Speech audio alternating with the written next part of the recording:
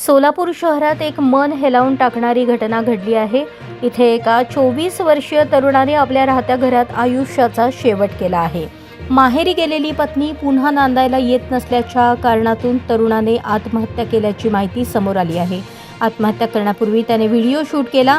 आपल्या मुलीसाठी भावनिक संदेशही त्याने दिला। प्रेम अंकुश जाधव राहणार तळेहिप्पलगाव सोलापूर असे मृत तरुणाचे नाव आहे।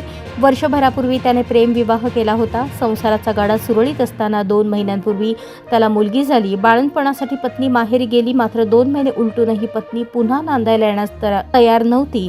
त्यामुळे प्रेम प्रचंड मानसिक तणावाखाली होता। होळी आणि शिमगा सणाचे औचित्य साधून प्रेमने आपल्या पत्नीला घरी येण्यासाठी अनेकदा विनवणी केली, मात्र तिने नांदायला येण्यास नकार दिला। त्यामुळे तो खचून गेला। याच नैराश्यातून त्याने रविवारी मध्यरात्री 12च्या सुमारास राहत्या घरी साडीच्या सहाय्याने गळफास घेऊन जीवन संपवले। आत्महत्या करण्यापूर्वी प्रेमने मोबाईलवर व्हिडिओ शूट केला। गळफास घेण्याच्या तयारीत असताना त्याने आपल्या चिमुकल्या मुलीचा उल्लेख करत पत्नीला उद्देशून माझ्या मुलीची काळजी घे असं म्हटलं। त्यासोबतच त्याने पत्नीला एक ऑडिओ संदेश पाठवून आपली व्यथा मांडली आणि मृत्यूला कवटाळले।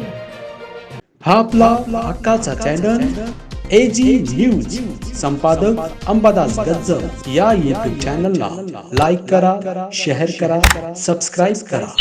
संपर्क 94 92 37 68 92।